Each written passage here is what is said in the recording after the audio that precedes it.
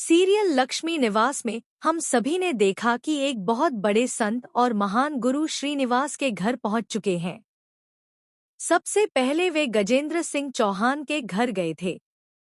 वहां उन्होंने पूरे परिवार को एक बड़ा संकेत दे दिया कि माँ ही उनकी बहू नहीं है और असली बहू के बारे में उन्हें बहुत जल्द पता चल जाएगा। यह बात सुनते ही गजेंद्र सिंह का परिवार और माही का परिवार बेहद दुखी हो जाता है। सभी के मन में यही सवाल उठता है कि अगर माही इस घर की बहू नहीं है तो आखिर कौन है। लेकिन वे संत की बातों को नजरअंदाज कर देते हैं और वीर और माही की शादी की तैयारियों में लगे रहते हैं। उन्हें अभी तक इस बात का अंदाजा नहीं है कि असली सच क्या है। असल में वीर की शादी तो पहले ही हो चुकी है। जब संत श्रीनिवास के घर पहुंचते हैं तो वे राधिका को आशीर्वाद देते हैं सदा सुहागन रहने का। यह सुनते ही राधिका हैरान रह जाती है। लक्ष्मी तुरंत गुरुजी से पूछती है कि राधिका तो अभी शादीशुदा नहीं है, फिर ऐसा आशीर्वाद क्यों? गुरुजी शांत स्वर में कहते हैं कि राधिका शादीशुदा है और सौभाग्यवती है। वह हमेशा सौभाग्यवती ही रहेगी। उसकी उम्र लंबी होगी और उसका सौभाग्य बढ़ता रहेगा।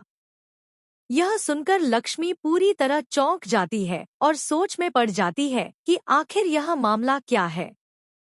तभी राधिका भागकर गुरुजी के पास जाती है और पूछती है कि आपने मुझे ऐसा आशीर्वाद क्यों दिया। गुरुजी जवाब देते हैं कि तुम्हारे गले में जो मंगलसूत्र है उसे जिसने पहनाया है वही तुम्हारे जीवन का सबसे महत्वपूर्ण हिस्सा है, वही तुम्हारा सुहाग है, वही तुम्हारा अखंड सौभाग्य है। यह सारी बातें वीर दूर खड़ा सुन रहा होता है।